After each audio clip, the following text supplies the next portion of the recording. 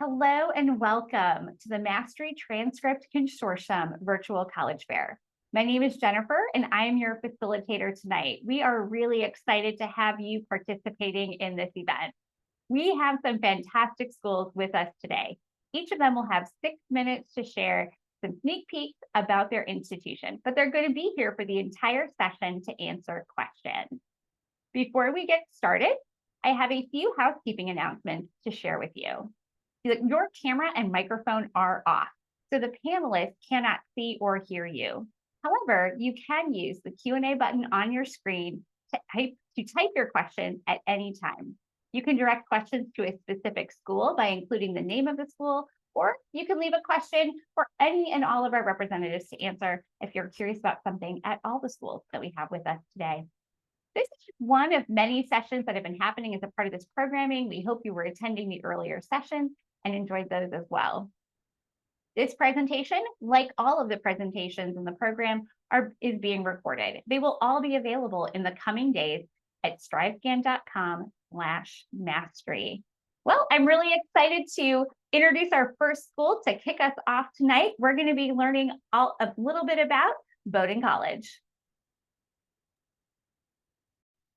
Thanks, Jennifer. I'm going to share my screen right now and we'll get started. So I'm going to speak really fast because I want to be respectful of the other institution's time. But hi, folks. Welcome. My name is John Morgan. I'm an admission officer here at Bowdoin College. That's Bowdoin. Sort of a funky spelling, but Bowdoin, a phrase we use in our office to help you remember. Bowdoin College rhymes with explode in knowledge. So if you remember nothing else, perhaps you'll remember that. But welcome. We're a small liberal arts college of just under 1,900 students located on the beautiful coast of southern Maine. Liberal arts colleges, for those of you unaware, you're applying to the college in general. And once you're admitted, you can take classes in any academic discipline. There's an emphasis on a residential component, guaranteed housing all 4 years. Don't have to hunt for off-campus housing as an upperclassman. Small class sizes, 16-person average class size with a student-faculty ratio of 9:1. And with that, with the small, tight-knit community and the residential setting, you're getting a lot of access to faculty and a lot of opportunities to engage socially, culturally, and in communities on campus. But if you're less familiar with where Maine is, map of the US, the state of Maine is highlighted in red. That blue dot is where we are. And Maine is a place with 4 distinct seasons. So you will know when it is spring, summer, fall, winter. This is what winter in Maine looks like. So it will get cold, it will snow, it will get dark, it will get windy. But I'd say in spite of the cold, students really tend to bind together. For example, we will freeze the quad, make it into a makeshift ice skating rink. A lot of students will ice skate for the first time on campus. As a staff member, it's really entertaining watching people ice skate for the first time. They will make snowmen. They will make snow angels. They will drink warm beverages indoors. And so they really find ways to form community. And we think that the 4 distinct seasons really adds to a unique element to the student experience. It adds a lot of vibrancy. Zooming out a little bit, this is Brunswick. This is the small town in which Bowdoin's located. I would describe it as sort of your quintessential picture postcard. When you think of small town New England, Brunswick probably comes to mind for a lot of people. Main Street lined with small shops, restaurants. If you were looking for a place of anonymity, a huge sprawling metropolis, this is not the place for you. This is more of a tight-knit community atmosphere. So depending on the frequency with which you go into town, the shopkeepers will know your name, they will know your face, and if you're consistent enough, they will know your food order as well. It's hard to tell where Bowdoin's campus ends and where the town of Brunswick begins. It's not gated, you can walk in and out, and so you'll see Bowdoin students pop downtown, you'll see Brunswick residents walking their dogs, attending the sporting events, music performances, and things like that. So a really symbiotic relationship. In terms of where students come from, we welcome students from all 50 states in the US, in addition to over 100 different citizenships and nationalities, and that's because at Bowdoin we really do value the idea of diversity. We think it's easier to grow as both a student and as an individual if you're doing it at a place of difference rather than at a place of uniformity where everyone's the same. But that main Bowdoin experience isn't limited to just its main campus. This is a picture of our Coastal Study Center, around 20 minutes away from campus, owned by the college on an island. It's home to a lot of research related to the natural world, but you don't have to be interested in the sciences in order to take advantage of the space. A lot of students use it recreationally. So as you can see, there's literally the ocean right there. So you can go swimming. There are boats you can rent. You can go rowing across the Gulf. There are beaches, there are hiking trails. So a lot of students like to use it as a recreational space, especially during the chaos of final season if they need to relax and recharge with their friends. But in terms of what else you can study, we have over 50 different unique majors and minors. Some of these are what we call coordinate majors. That's just a really fancy double major. You have to take it in conjunction with something else. The environment being an example, it doesn't exist in a vacuum. So a student really interested in environmental studies and the scientific part might pair it with a double major in biology or coastal studies. A student more so interested in how corporations make business decisions in relation to environmental legislation might pair it with a double major in government and legal studies or economics. So you can get really creative. And if you're the type of student who you like to try out a bunch of different stuff, you're not alone. Just under half of our students will end up double majoring. And on your screen, in no particular order, are some of our most popular majors and minors here at Bowdoin. Something that sort of sets us apart from other institutions is this core value that we call the common good. Our first president endowed the school with the belief that colleges and universities should understand and recognize the privileges that they're giving their students and seek to leave spaces better than they found it. So that idea of giving back to broader society and external communities that bleeds into a lot of the things that students are thinking about on campus, the world issues that they're passionate about solving, but it also impacts the relationships they establish between each other as students. It's very much a collaborative, not competitive environment, but that mentality also interacts with how students engage with their faculty. If depending on where you're coming from, you making the choice to move to Bowdoin and go to Maine, sort of move to Maine, go to Bowdoin, it's not you accidentally taking the wrong exit on the highway and like, oops, you've accidentally ended up in Maine. It is a very intentional choice that you're making. And our faculty have made that same choice. They said, I want to live in Maine. I want to work at Bowdoin because they're invested in working with and nurturing the undergraduate student experience. We're a completely undergraduate institution. All classes are taught by full-time faculty, so they're there to be utilized as a resource, whether you want them to or not. And they'll encourage you to take the learning and apply it to the real world. So outcomes are really important at Bowdoin because you go to college to do something with a degree afterwards, whether it's entering the workforce or attending graduate school. So we're really proud to boast a 99% employment rate within 6 months after graduation, with a really intensive career advising. That's a 4-year experience. As a part of that, we offer what we call sophomore boot camp. So students will come back early before the start of their spring semester sophomore year and sit in on a 4-day boot camp to gain professional workshopping skills, networking, resume, cover letter support, job interview preparation, and you'll be able to connect and work with alumni in different areas. We look for academics and heart. How well have you done in the courses that you've taken? The sort of personal characteristics, but we are need blind, which means financial aid is completely independent from a process. We're test optional as well. We meet 100% of demonstrated financial need, all grant-based aid, no loans. Every student will receive a MacBook Pro, an iPad Mini, an Apple Pencil, and the full software suite setup for Microsoft Office and Adobe Creative Pro. But thank you for joining me. I'm happy to pass it off to the next school. Thanks, John, for starting us off tonight and presenting on Bowdoin. All right, we're on to school number 2, University of New South Wales, UNSW, Sydney. Jordan, take it away. Let me just connect. There we go. All right, can everyone see my screen correctly? Yeah, you're set. All right, thank you. All right, hello everyone. My name is Jordan Mendoza. I am the International Regional Officer at UNSW Sydney. And I'll be presenting to you guys about our university located in Sydney, Australia.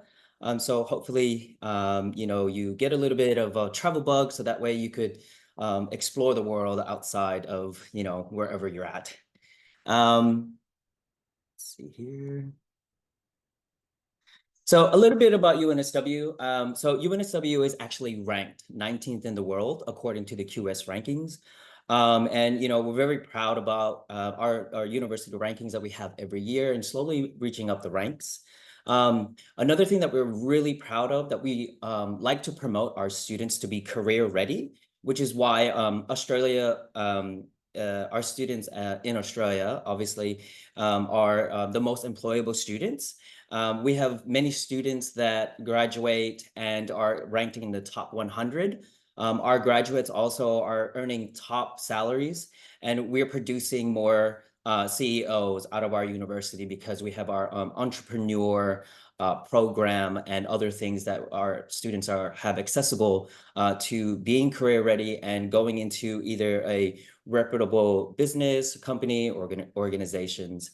And then on the fund side, we do have over 300 plus exchange partners across 35 different countries, more than that actually. And we are actually ranked 27th in the world in terms of graduate employability. So as you can see here, we like to have our students to have fun, but also be prepared for the future. Just to give you an aerial view of our campus is fairly large. I like to say it's like a small town because we have anything and everything that you can possibly think of. And just to be aware, you know, Australia's drinking age is 18. So if you decide to come on to study at UNSW Sydney, don't be alarmed that we actually have bars and wine lounges and so forth on campus. Just to be something aware of. So we also have a lot of different other things for our students. We have different eateries, restaurants, hangout places. We even have a grocery store on campus. We also have 2 different libraries. We also have a medical center and a pharmacy. So anything and everything that you need, as I mentioned, is within your surroundings. And just to give you a general idea, so the nearest beach is a 5-minute bus ride down the road. And you can see here, it's on your right, it's called Coogee Beach. And then you might know the infamous Bondi Beach. So you can actually start at Coogee and then walk along the coast and end up at Bondi Beach. We're not too far from the city and we're not too far from the airport. The one thing great about UNSW and Sydney itself is the public transportation. So we have buses, we have trams, we have metros, we have trains, we have ferries. We have a massive bike lane that you can take yourself anywhere around Sydney. So public transportation is probably the best way to get around rather than actually getting into a car because, you know, it's Sydney, it's a big city life, congestion and traffic is not our friend. So a little bit about our student population. So our student population, we have 65,000 students, over 65,000 students, and a third of those is international students that represent 135 different countries. So very diverse, very large student population. The campus is always buzzing year round. And, you know, in one classroom, you'll probably find like at least 6 people from different parts of the world, which is really great because you learn about different cultures, and just different things that you never really thought that you would encounter in terms of meeting someone from a different part of the world. Here's our 6 faculties that we have. The first faculty is the Faculty of Arts, Design, Architecture. These used to be actually 3 different faculties, but we decided to combine them.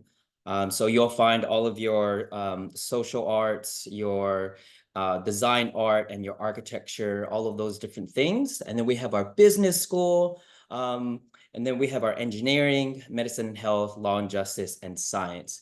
And among all of these faculties, we're highly ranked in about 20 different subjects in the top 50 and also in the top 100.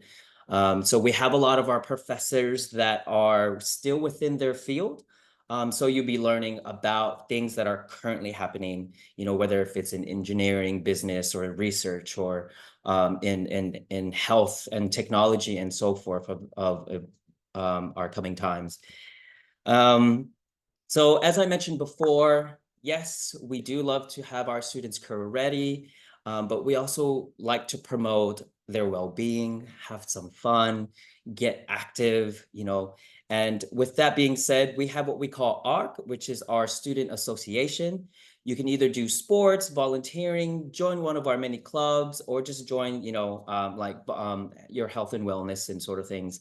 So we have anything faculty related, career based, and also just made up. So like, you know, we have coffee catch up. So where students want to catch up and just like, you know, meet new people, you do that over coffee. And then our academic year, we're in a trimester model. So it's February, June, and September. And you still have to complete 8 courses a year. You can live on campus or off campus. Because we only have 6,000 beds on campus, but we do help students find accommodations off campus through our accommodation concierge. So that's all I really have for you guys today. Yeah, sorry. Thanks. I just wanted to the accommodations.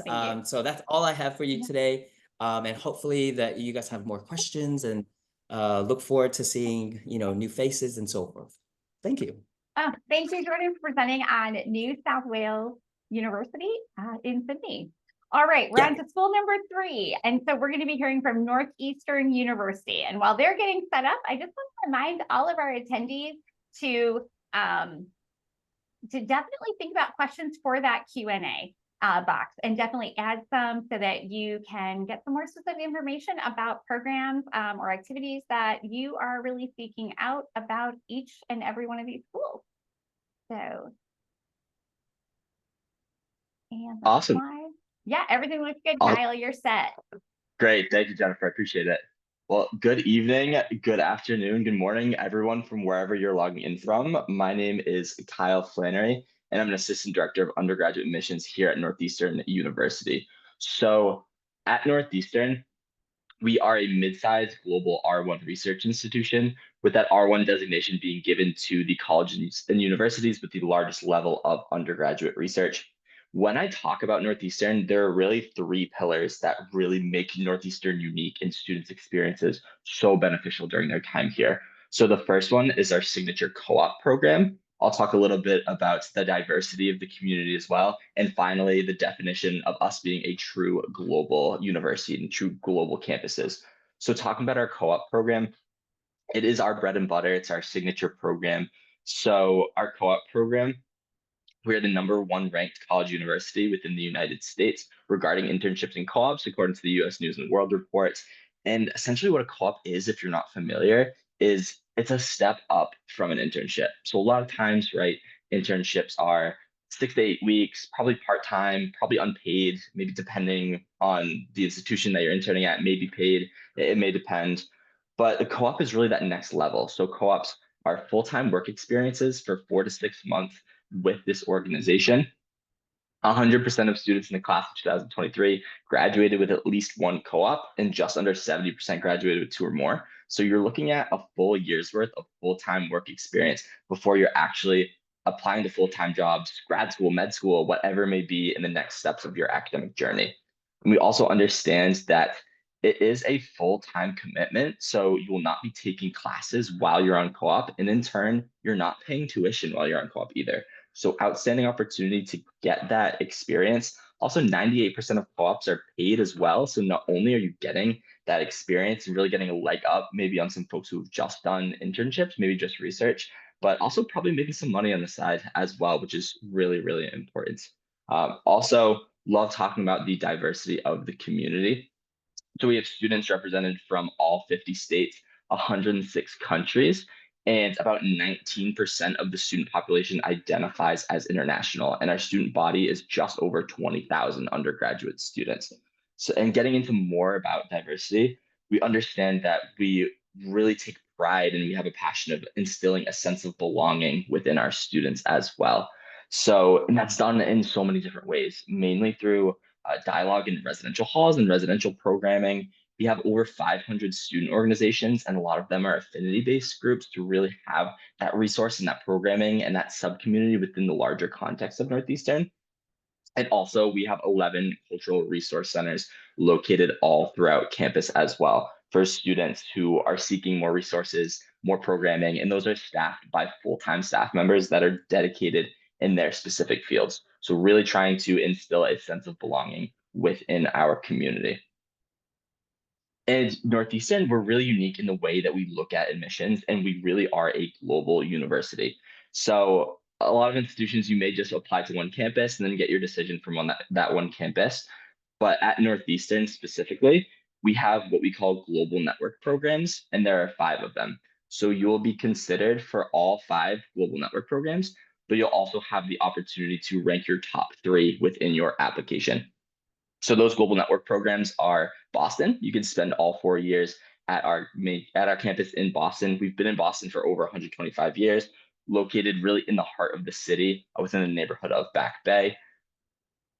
You could also spend your either 4 years at our Oakland campus in Oakland, California. We'll go back to the Oakland slides, or you can choose to spend your first academic year at our Oakland campus, then transition back to Boston at the start of your second year.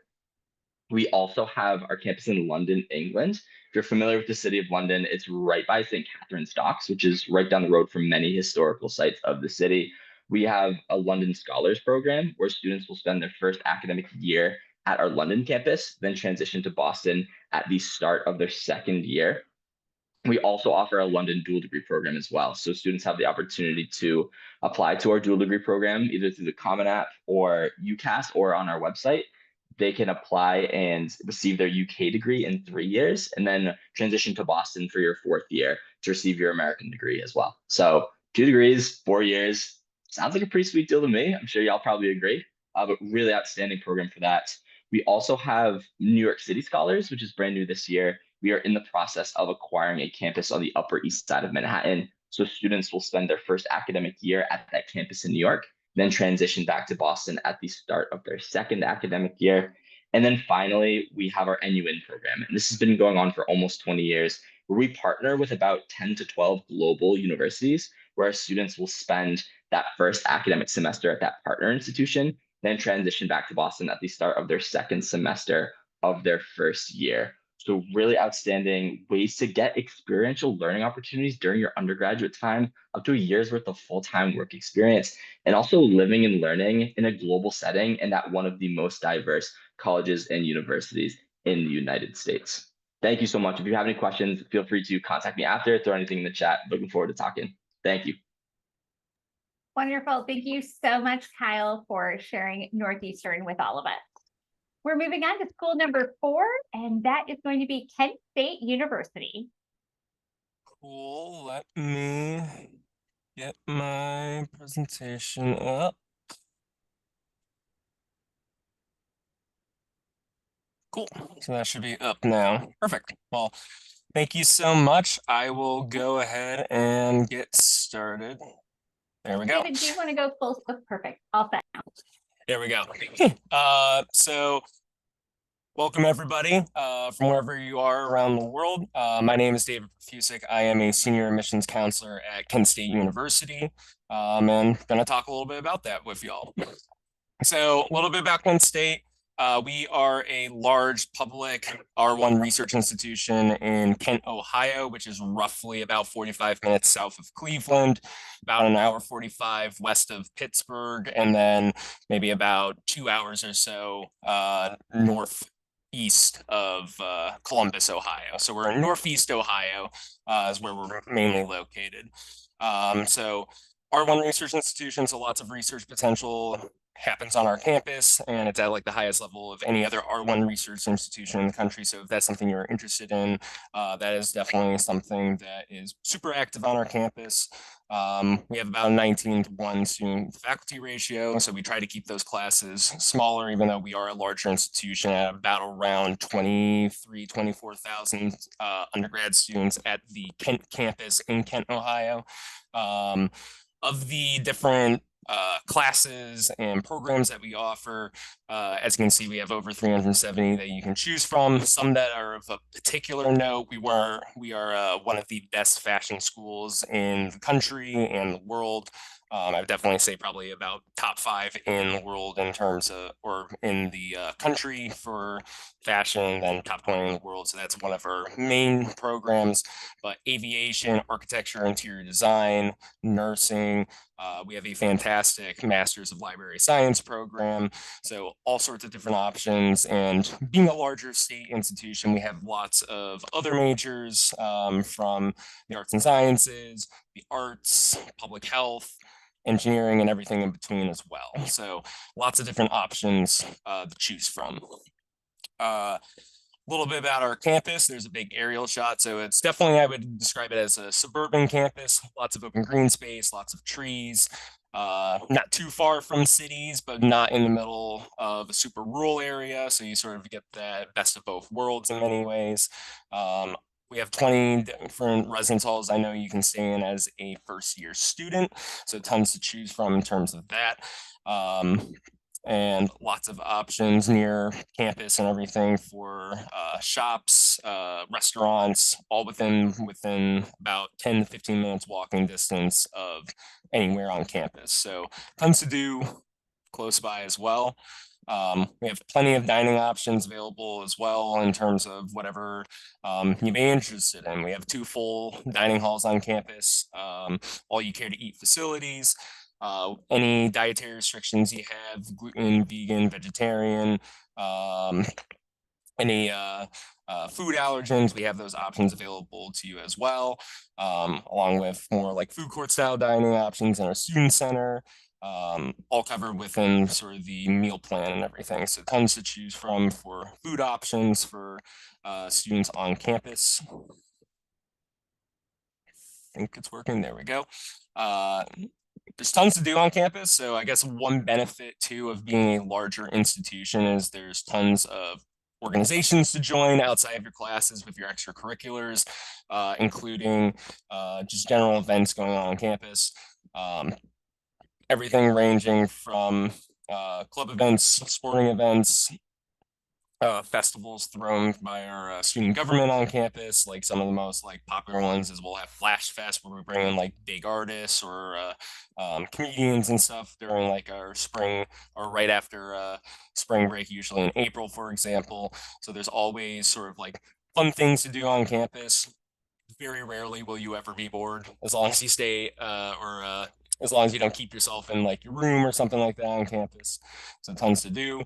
We're D1 sports school, so sporting events is definitely one of the highlights of being a student at Kent State. In my own experience as a Kent State grad, one of my favorite things to go and do, all free events as well. So if you're looking for sort of that like traditional college experience going to sporting events, for example, we have those in plenty on campus, which is always fun to do. For support systems, everything regarding like tutoring and anything to help with your academics is top notch at our university.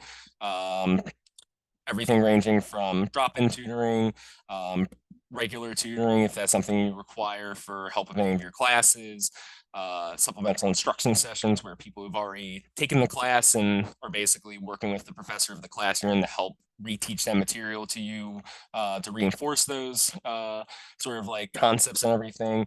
All really great resources that we have on campus for our students for free. So definitely make use of those if that is if you end up at Kent State sometime in the future. With our application and everything, we try to be a full access institution. We do are currently test optional, essay optional, and Lev Rec optional. And we accept any sort of credit you may have. So dual enrollment, AP, IB, everything like that are all at your disposal too if you have those college credits coming in. And to give you an idea of the alumni network, sort of places people have worked or gotten positions at in the past who are graduates and everything, to give you sort of like a bite-sized view of Kent State and everything. And there's my alarm for 6 minutes. So there's a little slice of life of Kent State. If you have any questions, feel free to reach out, and thank you for having me. Wonderful. Thank you so much, David, for presenting on Kent State tonight. We're moving to our next school, and that will be Purdue University, Fort Wayne. Hello, my name is Beth. I am the Associate Director of Transfer and Adult Experience at Purdue Fort Wayne. And I am happy to be here with you this evening. We are the Mastodons. Welcome to Don Nation. We are, we are the only mascot in the country that is a mastodon. So we are super cool. I'm very proud of that. We actually have mastodon bones that were found on campus, which is why that is our mascot. And those are on display right as you walk onto campus. There we go. We were founded in 1964. We are the largest university in Northeast Indiana. I'm trying to find a way to move this. There we go. We have our undergraduate enrollment is actually lower than that, is closer to 6,000 with another 1,000 graduate students. But our students do represent nearly 40 states and 51 countries still. Our faculty, 90% have earned their field's highest degrees. And in addition to that, most of our faculty are what are referred to as clinical faculty. So they have, they are actively working in their field, whether it is in business or they are musicians in the Fort Wayne Philharmonic. They are working and teaching in the area. We have over 200 undergraduate programs. Our School of Science, I'm going to just flip through these quickly. Liberal Arts, Dormer School of Business is AACSB accredited in all of our business areas. Our School of Education, our secondary education is a little bit different than many schools. You double major, both in education and in the area that you would like to study. So if you want to teach high school social studies, you will do history and secondary education major, double major. The school studies is not undeclared. General studies is looking at basically like having 3 minors instead of 1 major. We also have an applied science program. People who go to community college first and get an associates of applied science in culinary or in auto mechanics or in machinist, and they want to continue to complete their 4-year degree, we have a program that will take all 60 of those credits and apply them towards a bachelor's degree in any one of 9 different areas of focus. Our School of Engineering is also ABET accredited. Our Polytech and our computer science programs, you would get a degree in computer science with a focus in software development or a focus in cybersecurity. So your degree actually says computer science. It does not say cybersecurity. Our College of Visual and Performing Arts, we have one of the first music therapy programs in the country. We have a master's program for that as well. Interior design, art and design with a multitude of different areas in which you can, mediums that you can use. We also, our music industry program, so you can get a degree in music management, basically. Music technology, popular music, traditional music, performance, and music education are education as well. We have over 90 activities and student organizations, and if we don't have it, you're welcome to start it. Everything from Medieval Studies Club that watches The Princess Bride and talks about anachronisms to the Q Center to our young conservatives to young Democrats to you name it, we have a club for it. And if we don't, the campus is always open to trying new things. We have 1,500 free events on campus every year. This past year, we had Flo Rida come and do a concert, which was a pretty big deal. I missed. We have 25 kayaks on the St. Mary's River that students can take out on their own for free. We have a disc golf course on campus that students are welcome to use. We have intramural sports as well as 19 Division I athletics. We do not have football. That is Purdue West Lafayette. But you do receive a Purdue degree. Our housing is all apartment style housing on campus. That includes security, laundry. There's no parking. You don't pay parking fees. You do not need to pay to park on campus, whether you are a commuter or an on-campus resident. If you are interested, you can apply at pfw.edu/apply, submit official transcripts. We need transcripts from the school to the school. And if you apply this week, we have an application waiver that is Transfer Week 2024, because this week is National Transfer Student Week. The last thing I will mention is we do take, of course, dual credit, IB, AB, or AP. Just when you ask, will a college take it? The answer is usually yes, if you have the right GPA. What you want to ask is, where will it apply towards the 120 credits I need to graduate? Sorry, those are transfer questions. So go Dons, that is the basics of the information I have for you. And if you have other questions, feel free to reach out. Thank you, Beth, for sharing about Purdue University, Fort Wayne. All right, we have gone through 5 great schools and we have another school to go. So we will be listening to school number 6 of the 6x6, and that will be the University of Florida.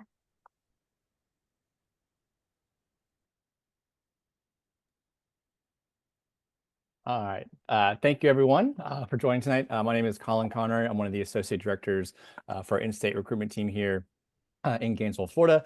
So that picture you see in front of you is an aerial view of our campus, with the largest building in the right area being our Century Tower, which does have a carillon at the top. And so our team plays songs throughout the day on every quarter of the hour, and then there's a show at night. So it's a nice little thing we have on our campus.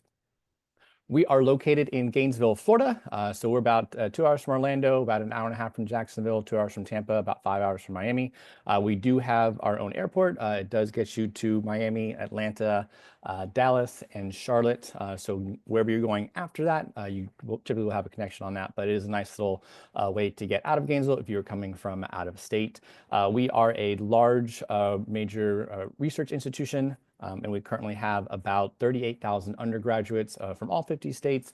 112 countries are represented on our campus. And once you include our graduate schools and professional schools, we sit at about 60,000 students. So with all of those students on our campus, it does allow you the opportunity to create a very tight-knit community, which I'll cover a little bit later in my presentation. But there's ample opportunity to kind of pair yourself with those people around you that you want to surround yourself with, and engage in the opportunities that you want to have on our campus. So I'll go ahead and show you our dates and deadlines for this year before we dive into a little bit more about our campus itself. So new this year, we did switch to an early action model.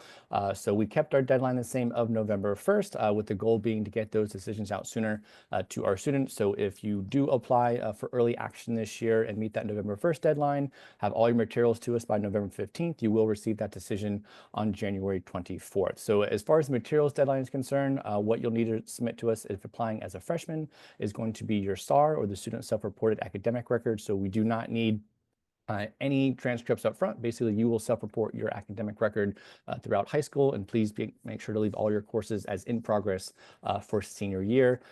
The Common App is where we accept our applications from, and there's a $30 application fee, and fee waivers are available, and that is built directly into the Common App itself. Regular decision deadline you'll see is January 15th, with the same materials deadline being 15 days after, and just getting a later decision out to our students.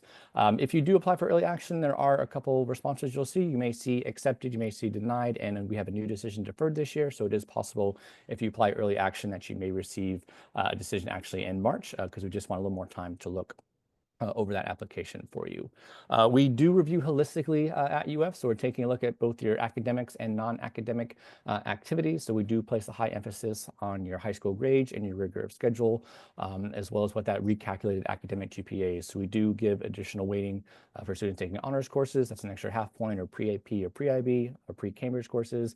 And then if you're taking AP, IB, or Cambridge, you get a full additional point of weight. And if you're taking a dual enrollment course in a core academic area, you do get a full point of weight as well. So you can see on our non-academic review, we're basically wanting to see who you are as a student, outside of the classroom. How do you spend your time? Are you giving back to the community? Are you doing research? Do you have other leadership roles? So we don't accept letters of recommendation. We don't do interviews. So it's really on the student to kind of put their best foot forward when they do that whole application. So I always tell students, if it sounds like you're bragging on yourself, that means you're doing the application right, because you're letting us know all those great things that you've got going on for you. There was our freshman profile last year, and that GPA you see is recalculated by our office. We only look at the core academic areas, so we're not looking at any classes that are considered electives that are outside of that core academic area when we recalculate that GPA. It's important to note when applying to UF, we're looking at you under the lens of your high school that you've attended. So basically, did you take advantage of those opportunities and courses that you had in front of you, and how did you achieve as those who also had the same opportunities to take those courses in those classes? We do consider ourselves an academic powerhouse. We've got over 120 undergraduate programs for you to choose from, and we do not admit students directly into the major as a freshman applicant. So when we admit students to our freshman class, that's exactly what we're doing. We're admitting them to our freshman class. So students will have the flexibility to change their major up until about the end of their sophomore year at UF. So we definitely encourage students to kind of look around, make sure that they're settling into a major that they are want to be interested in and want to continue pursuing after they graduate. So you see those are our 16 colleges that do house over 120 majors for us. We also have over 200 minors, 200 grad programs, and all 5 professional schools on our campus. If you're looking at doing med school, we also have a teaching hospital, Shands Hospital here in Gainesville, that is attached to the med school for students to get some of those placements as well. Even though we are a school of 38,000 undergrads, we still have a 17-to-1 student to faculty ratio. All faculty members are required to have office hours. I highly encourage students to take them up on that. Don't wait till exam 3 in Calc 3 to ask those questions. Get with them early on to make sure that you're staying on track to be successful in any courses that you're taking. We've made a big push over the last few years to incorporate AI across our curriculum. So we've got over 200 courses now that incorporate AI in some capacity. And we also have a 9-credit certificate in artificial intelligence that you can add to your program of study while at UF. One thing we're also really proud of is our value of our education here at University of Florida. So you can see our in-state tuition and out-of-state tuition fees in front of you. And as we are currently ranked top 7 as a public institution, and out of the top 50 institutions in the United States, we do have the lowest cost of attendance. And so make sure if you are applying to UF and you're looking for any additional scholarships, make sure you do complete that FAFSA when it opens up in December. And we also have a grandparent waiver. So if you have grandparents who live in the state of Florida and you're applying as an out-of-state student, you can apply for that waiver to get in-state tuition due to that. So as I mentioned, it's really important that you find your community here on our campus. We've got over 1,000 clubs of organizations. So thank you very much. And you'll make sure that you'll find your information that you need for us there. Perfect. Thank you so much. I know 6 minutes just Goes flies fast. by. It is. It's just, I always remind everyone watching, whether it's in person or virtual, that this is really a sneak peek. And so hopefully it's just piqued your curiosity to leave today and go research all 6 of these schools in much more detail and learn so much more. All right, well, we have a couple minutes before we wrap up today. So I'd like to invite everyone to come back on screen, all of our representatives, in order to answer a live Q&A question. So I'm going to pose that to everyone, and then we'll start with our very first school. So John, we'll start with you, and then we'll go in the exact same order that our schools just presented. When the representative ahead of you finishes their answer, just feel free to dive right in. I won't call on you. We'll just flow from one person to the next person in the group. So the question I want to pose is, I'd love for each of you, since you are absolute experts in the college admissions process and have lots of information and advice for the students and their families, to share your top tip, one of your top tips, I should say, for someone going through the college admissions process that might help them navigate this. So John, we'll start with you. Yeah, so I'd say my best bit of advice right now is to, when you get to the activity section, the more information you can provide, the more useful that section is for us. You are more interesting than I think you are, I swear. So if you have a part-time job, if you take care of siblings, family obligations in the household, as much information as you can provide, the more information that we have as admission officers to make the best decision on your behalf. So my piece of advice to you.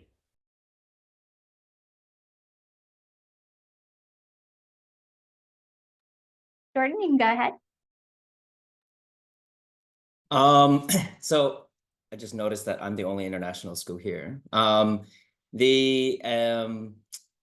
us in Australia, we don't need any of those other things. No references, no personal statement. It's all academic merit based. So you just need your passport, your results. We don't need your high school results. It's all standardized. So either SAT, IB, ACT, or A levels.